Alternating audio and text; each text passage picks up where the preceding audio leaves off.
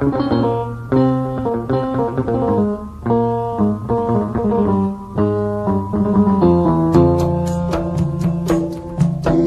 ku pandang langit dan bumi, alam semesta ini, semua ciptaan yang esa, ya Allah.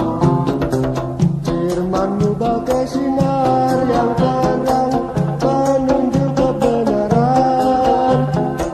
Jauhkan kami dari siksaan, ya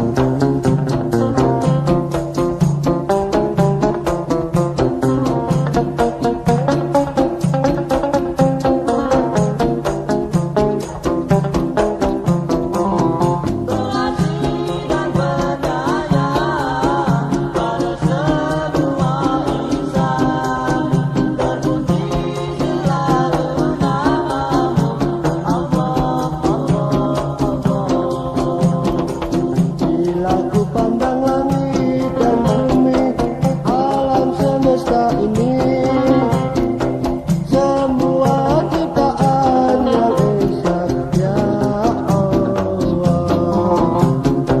Firman-Mu bagai sinar yang terang, menunjuk kebenaran. Jauhkan kami dari siksaan, ya Allah. Bila ku pandang langit dan bumi, alam semesta ini, semua.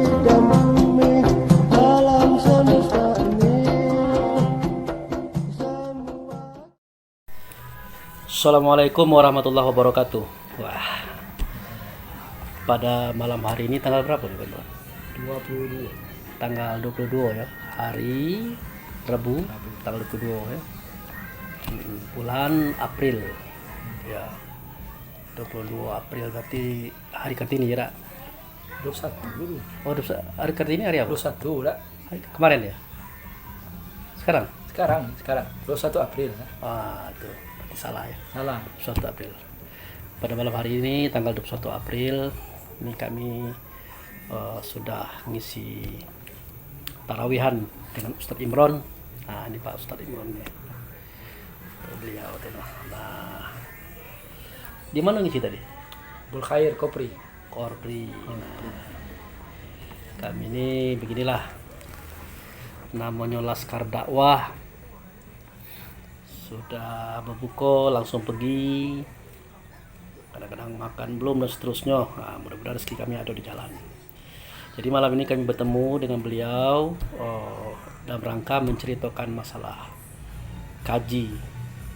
Namun sebelumnya kita bersolawat kepada Nabi Muhammad Rasulullah Sallallahu Alaihi Wasallam.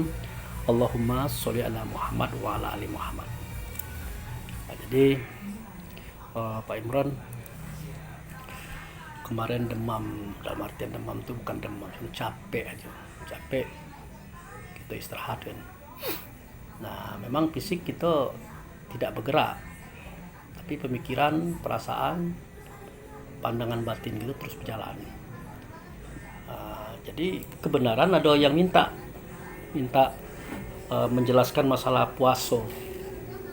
Masalah puasa sudah dikirim kemarin videonya, karena durasinya 50 menit, dibuat seri 1 seri 2. Nah, malam ini mungkin durasinya panjang juga nih.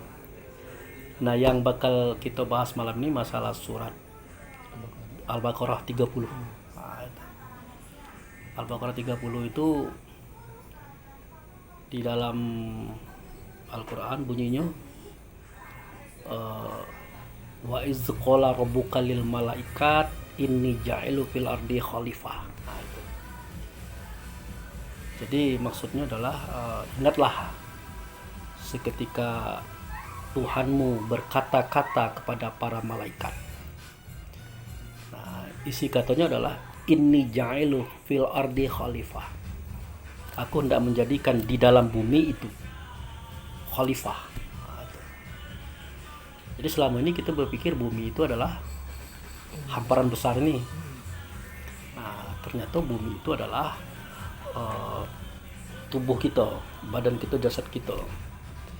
Karena Allah Subhanahu wa taala itu tidak pernah berbicara sesuatu yang di luar fisik. Dia selalu memberikan cerita di dalam fisik. Kalau ada kita temukan dalam Al-Qur'an itu kisah yang di luar fisik, itu hanya untuk mereka yang mungkin kan saat itu belum bisa melihat dirinya sendiri. Nah, makanya kita katakan dalam kajian hakikat, Allah tidak mengatakan kata kecuali apa yang ada dalam diri kita sendiri. Nah, jadi itu dia berkata kepada malaikat tuh, sesungguhnya aku tidak menjadikan khalifah di dalam bumi.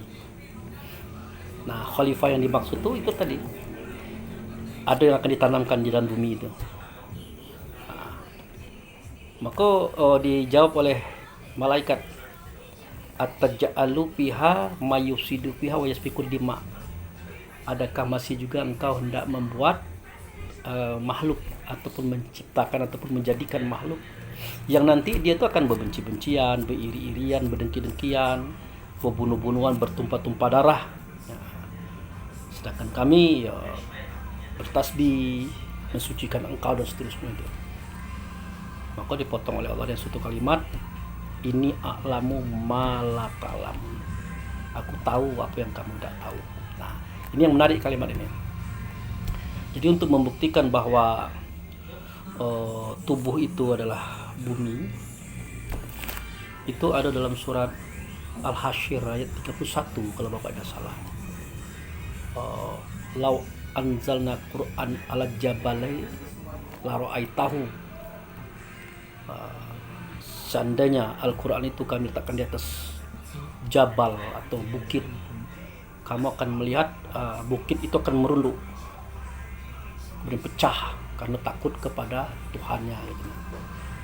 Jadi jangan sampai kita tuh sebagai hamba Allah yang diberikan akal tidak berpikir dengan akal itu kan.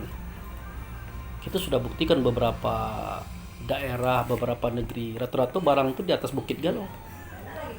Ada Quran galau, tidak ada terjadi runduk pecah, ada.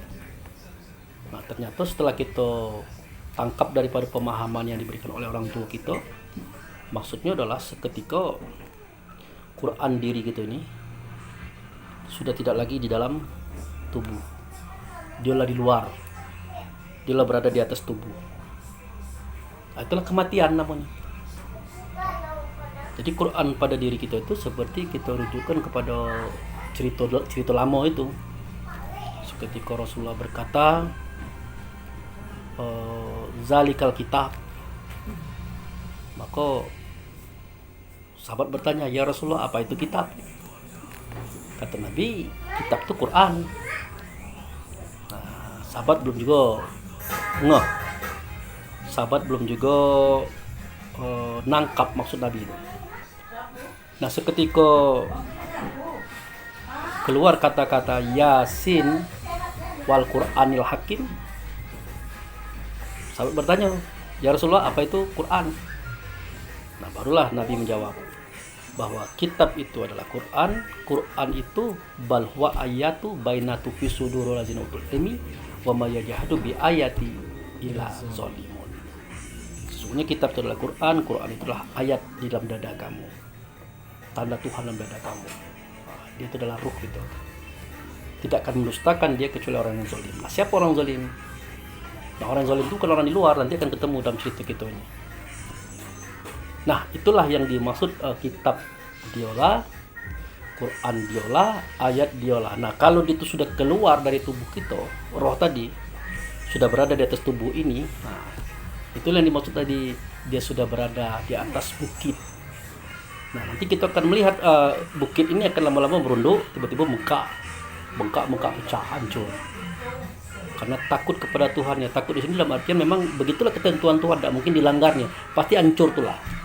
Nah, jadi di situ jelas bahwa yang dimaksud dengan bukit yang merunduk seketika Quran diletakkan di atasnya itu adalah suasana di mana roh sudah keluar dari tubuh, dia sudah berada di atas tubuh itu sendiri. Nah, makanya balik ke cerita kita tadi, ini ja'ilu fil ardi, aku jadikan di dalam bumi itu khalifah. Nah, kenapa dikatakan tubuh itu bumi? Nah, itu karena pada tubuh itu ada 4 anasir. Anasir angin, anasir tanah, anasir angin, anasir air, anasir tanah, anasir api. Itulah makanya dikatakan bumi. Sudah tuh kembali kepada ayat tadi, dikatakan bahwa ini ja'ilu fil ardi, ini alamu ma la ta'lamun. Aku tahu apa yang kamu tidak tahu. Nah, ini yang menarik kalimat tadi. Apa yang diketahui oleh Allah yang malaikat tidak tahu. Apa yang diketahui oleh Allah bangsa jin pun itu tidak tahu. Rupanya ayat berikutnya, wa alama adama asma'atulaha summa aradahum alal malaikat.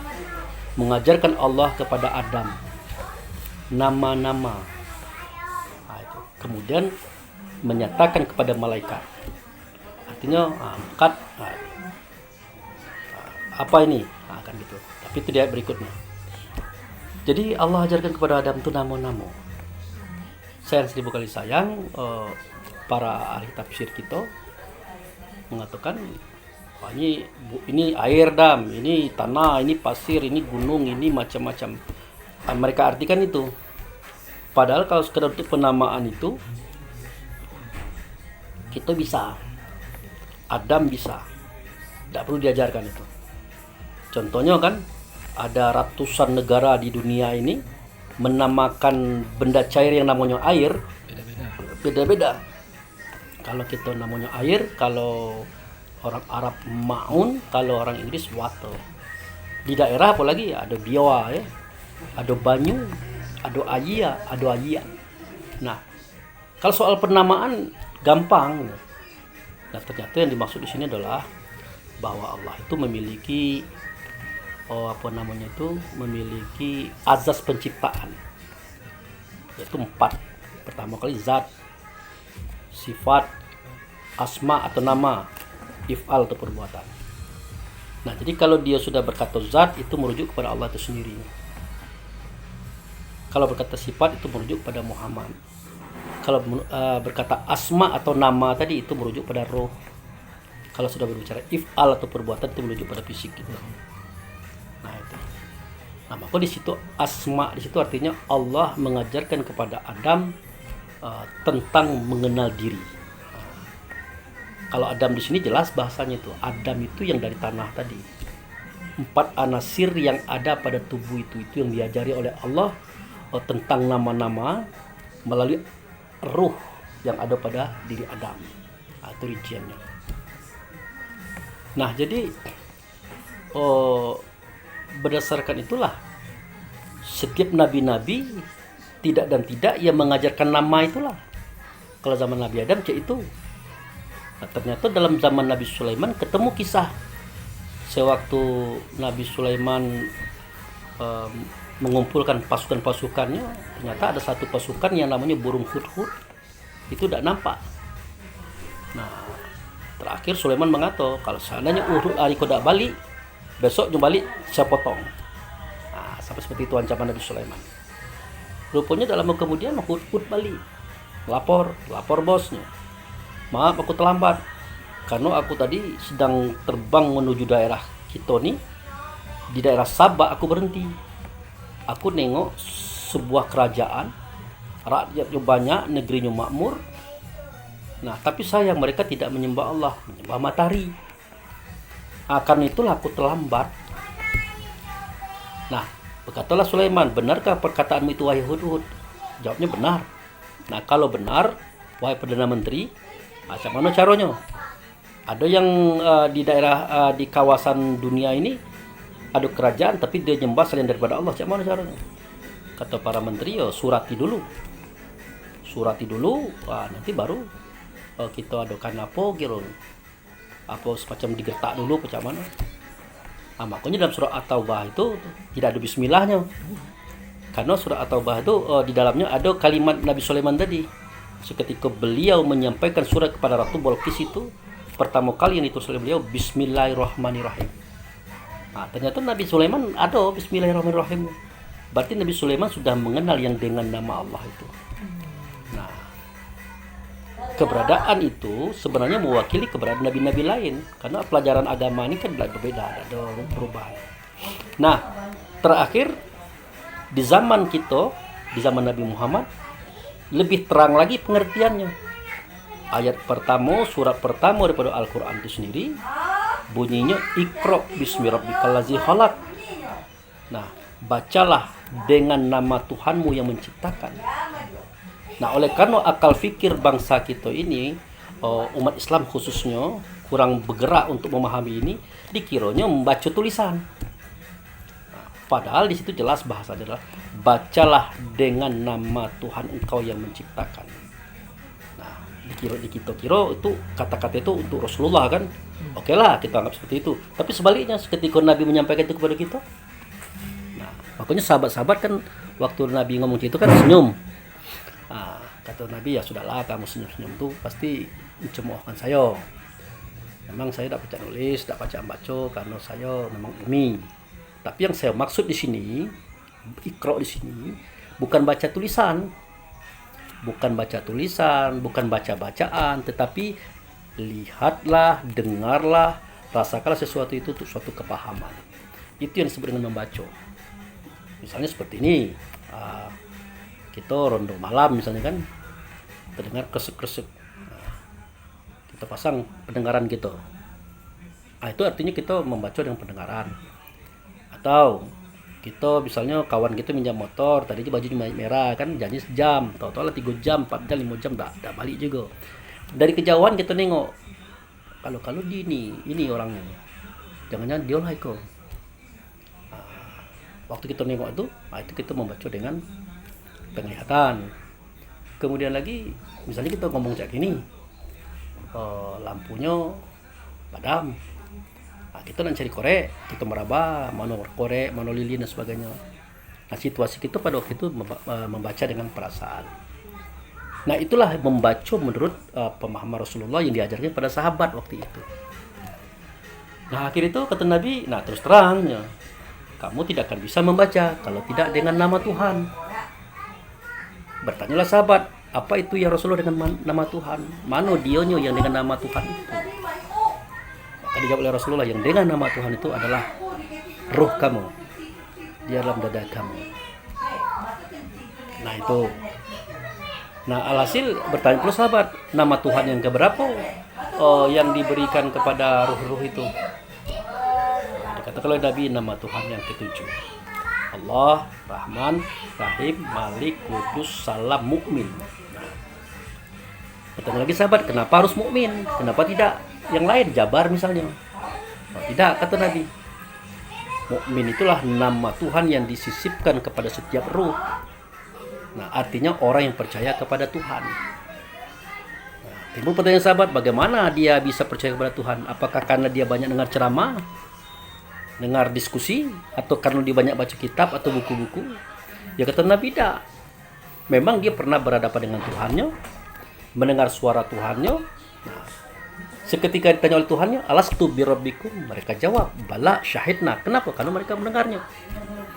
Nah, kisah ini Pak Imran ada dalam surat Al-A'raf 172. Nah, yang bunyinya, wa is akaza rabbuka min bani adam min zuhurihim zuriyatahum wa asyhadahum ala anfusahum alastu birabbikum qalu bala syahidna antakulu yaumal qiyamah inna kunna hadzal ghafilin. Ingatlah. Nah, ingatlah. Kenapa kata ingatlah di situ? Memang kejadian itu ada kita alami. Cuman kita lupa. Aku ada bunyinya, ingatlah seketika aku mengeluarkan roh anak Adam. Aku akan saksi di mereka satu persatu. Aku tanyakan kepada dia, hei, alastu bi rabbikum, adakah tidak aku ini dengan Tuhan kamu? Nah, kalau Allah udah clear itu sebagai Tuhan kita, Yang jadi masalah ini aku ini dengan Tuhan kamu ini. Siapakah aku yang dengan Tuhan ini? Kalau Allah mutlak Tuhan kan. Nah, tapi itulah baru sebatas namo. Namo zat yang maha agung. Ya kalau namo kan tidak berbentuk, tidak berupa, tidak bersuara, tidak berkata, tidak sama dengan segala sesuatunya. Nah, itu namonya. Makanya kita di samping kita butuh namonya, akan kita lebih butuh lagi yang dengan namo. Berkatalah dia, alastu bi rabbikum, adakah tidak aku dengan Tuhan kamu. Nah, kalau semua roh tadi melihat, memandang kepada beliau yang dengan Tuhan tadi, jawabnya, alastu bi rabbikum, adakah tidak aku dengan Tuhan kamu. Maka mereka menjawab, bala syahidna. Nah, benar engkau dengan Tuhan kami. Nah, siapakah dia yang dengan Tuhan itu? Siapakah dia yang dengan Allah itu? Nah, untuk kita ketahui, dengarkan syahadatnya Nabi Adam, syahadatnya Nabi Isa, syahadat kita hari ini. Yang bunyinya, asyhadu an la ilaha illallah wa asyhadu anna Muhammadar Rasulullah. Aku bersaksi tidak ada Tuhan selain Allah, dan aku bersaksi Muhammad itu utusan. Nah, sebenarnya bahasanya seperti itu. Aku bersaksi tidak ada Tuhan selain Allah, tetapi yang aku saksikan pada waktu itu tidak Allah. Kalau Allah tidak mungkin. Allah adalah nama zat, melainkan utusannya. Bernama dia dengan nama Muhammad. Tapi sebenarnya bukan Muhammad juga namanya itu. Ahmad. Karena Muhammad itu setelah dia hadir di muka bumi. Nah, itulah yang dengan Tuhan. Nah, sejak itulah maka tadi semua roh tadi beriman, percaya kepada Tuhan, bahwa Tuhan itu memang ada. Percaya dia. Maka diberikan oleh Allah dia itu nama sebagai nama mukmin. Nah, jadi kalau sudah berbicara seperti ini tidak laki-laki, tidak perempuan, tidak suku Indonesia, suku luar Indonesia, tidak agama ini, tidak agama itu. Nah, ini berbicara tentang umat yang satu. Nah, ini berbicara tentang umat yang satu. Nah, jadi itulah sebabnya kenapa ruh tadi dikatakan namanya mukmin. Nah, diperkenalkanlah ini kepada Adam. Cerita ini nih. Nah, kenapa diperkenalkan? Sebentar lagi si Adam, si ruh ini akan ditakdirkan oleh Allah sebagai orang yang diutus menjadi khalifah tadi ke dalam bumi. Nah, itu. Supaya dia jangan terkejut apa itu bumi. Diajarkanlah waktu itu wa alama Adam asma'akulaha itu. Nah, ternyata setelah dia masuk ke dalam bumi, nah di dalam bumi itu terdapat 4 alasir. Alasir angin, air, tanah, api. Nah, masuk dia. Nah, zaman dulu generasi ini kan 70. Nah, generasi kita paling terakhir, generasi Adam gitu nih adalah generasi yang terakhir. Generasi 70. 69 itulah generasi jin. Azal bin Janu. 69 ke atas ternyata mereka tidak diajarkan ilmu ini. Ilmu tentang nama ini tidak diajarkan. Nah, itu tidak diajarkan. Kita lah cuma yang diajarkan. Sejak zaman Nabi Adam sampai zaman kita. Nah, di era generasi 69 ke atas tidak diajarkan.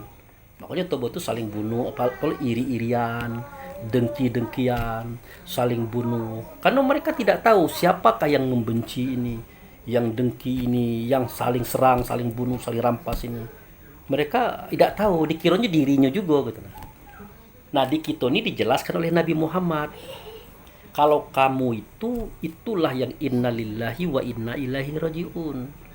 Kamu itulah yang datang daripada Allah. Dimasukkan ke dalam dunia, dimasukkan ke dalam tubuh, dipari dalam hati. Itulah kamu. Kamu datang daripada Allah, akan kembali kepada Allah. Itu kamu. Nah, tetapi tubuh kamu itu bukan kamu. Nah, untuk menjelaskan ini maka Allah dan Rasul menurunkan surat At-Tagabun ayat 2 yang bunyinya wallazi khalaqakum wa minkum kafiru wa minkum mu'minu innahu ya'lamu bima ta'malun. Nah, itu. Dialah yang menjadikan batang tubuhmu yang satu. Di dalamnya ada yang kafir, di dalamnya ada yang beriman. Nah, makanya dalam kajian kita ini kalau berbicara kafir, kita tidak pernah mengatakan orang yang agamanya beda dengan kita.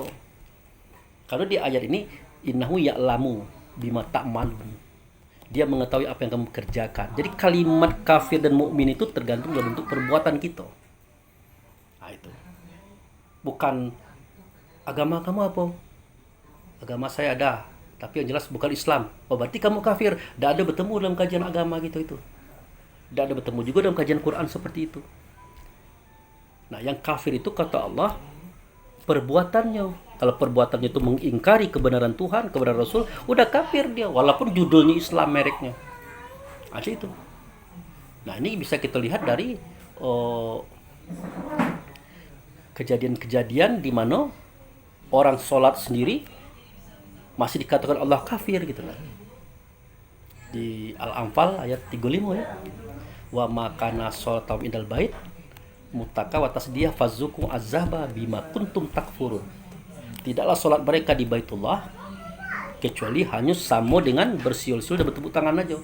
Rasakan oleh kamu azab karena kamu kafir. Nah, jadi dalam pelajaran agama Islam ini dia tidak mengatakan kafir itu orang yang mereknya tidak sama dengan kita, bukan itu. Nah, kalau dia bekerja tidak sesuai dengan kehendak Allah dan Rasul, bahkan dia menentangnya, sudah dianggap kafir. Contoh sholat. Dari mana saja kamu keluar, di mana saja kamu berada, hadapkan wajahmu ke Baitul Haram. Fatahkizu bi maqama Ibrahim sholat, ambil sebagian maqam Ibrahim, kamu sholat di situ secara ingatan, secara perasaan, secara kesadaran.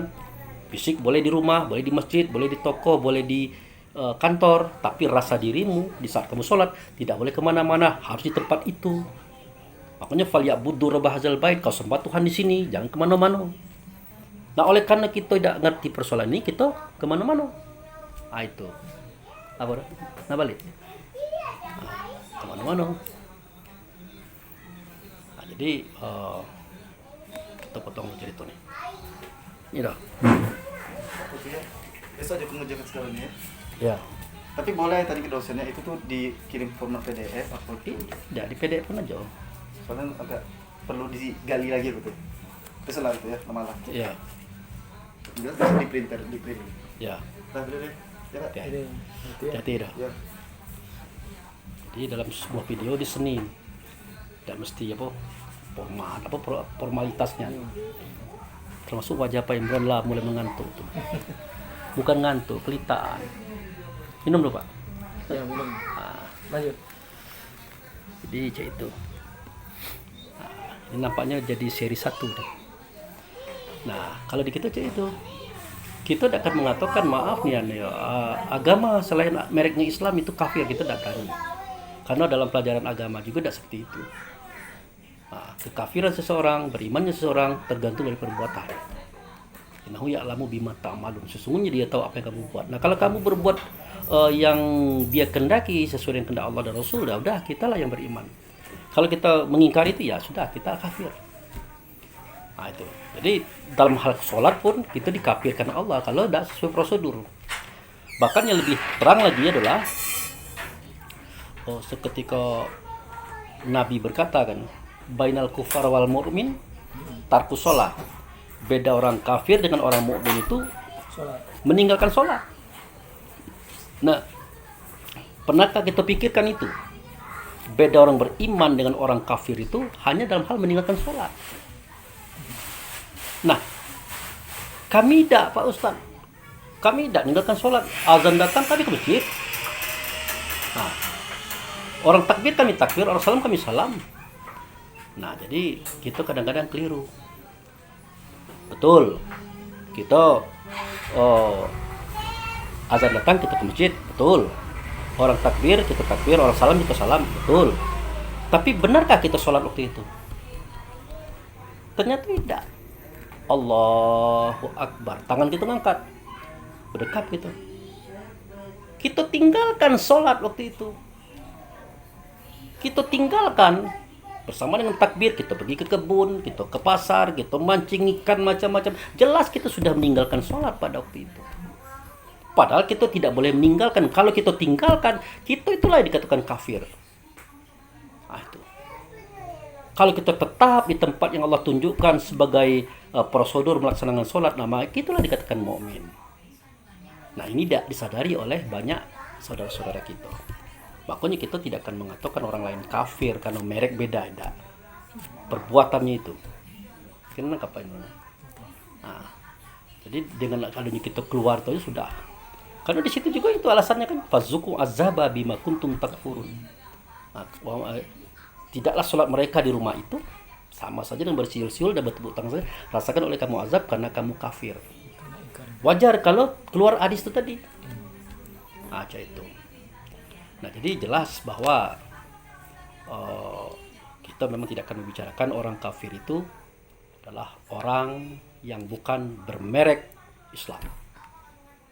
Nah, walaupun mereknya Islam, kalau dia meninggalkan sholat, cak ini ceritakan tadi, sudahlah dikafir-kafirkan oleh Allah. Kalau dia tidak bersyukur, tidak memanfaatkan pemberian Allah ini untuk kebaikannya menuju Allah, tapi dipakainya untuk kepentingannya demi hawa nafsu, juga dia dikafir-kafirkan Allah. Karena ada ayatnya kan, wasyukurli wala takfurun. Bersyukurlah kamu kepadaku dan jangan kamu kafir. Bersyukur artinya memanfaatkan semua pemberian Allah kepada kita ini untuk jalan Allah gitu. Nah, punya pendengaran, punya penglihatan, perkataan, tidak akan kita pakai untuk hawa nafsu dan syaitan. Kalau kita pakai aja untuk kepentingan kita kepada Allah, itu hal-hal yang baik-baik aja. Melenceng dikit, itulah kekafiran. Kalau pas, itulah syukur namanya. Bukan ucapan alhamdulillah beribu-ribu kali. Ucapan alhamdulillah beribu-ribu kali, tapi perangai kita melenceng selalu. Nah itu. Nah ini namanya session 1. Hanya kanlah 30 menit, tidak boleh lebih. Jadi sampai kita jumpa lagi pada session yang kedua. Oke.